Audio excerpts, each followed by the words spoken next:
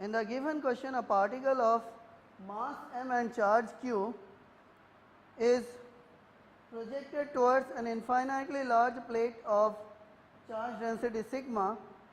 We need to find the minimum velocity v such that the charge particle touches the plate. तो charge particle अगर plate को touch करे तो इस D distance को travel करने में जितना उसे वर्क डन करना पड़ेगा कम से कम उतनी काइनेटिक एनर्जी होनी पड़ेगी. इनफाइनाइटली लार्ज प्लेट के लिए electric field is independent of distance and electric field is equal to sigma upon 2 epsilon naught. तो sigma upon 2 epsilon naught electric field है.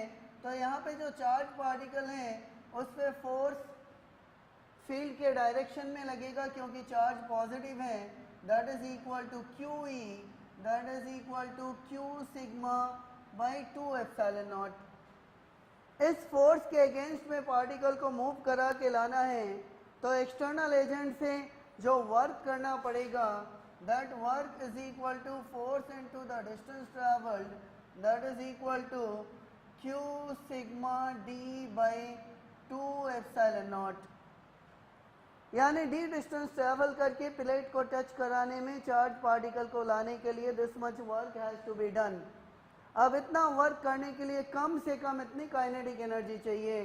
सो kinetic energy has to be greater than equal to q sigma d by 2 epsilon naught और half mv square has to be greater than equal to q sigma d by 2 epsilon naught or v has to be greater than equal to under root q sigma d by m epsilon naught. तो v की जो कम से कम velocity चाहिए particle की minimum velocity is equal to under root q sigma d by m epsilon naught. तो जो ऑप्शंस गिवन है उसमें करेक्ट ऑप्शन है C which is under root sigma q d by m epsilon not.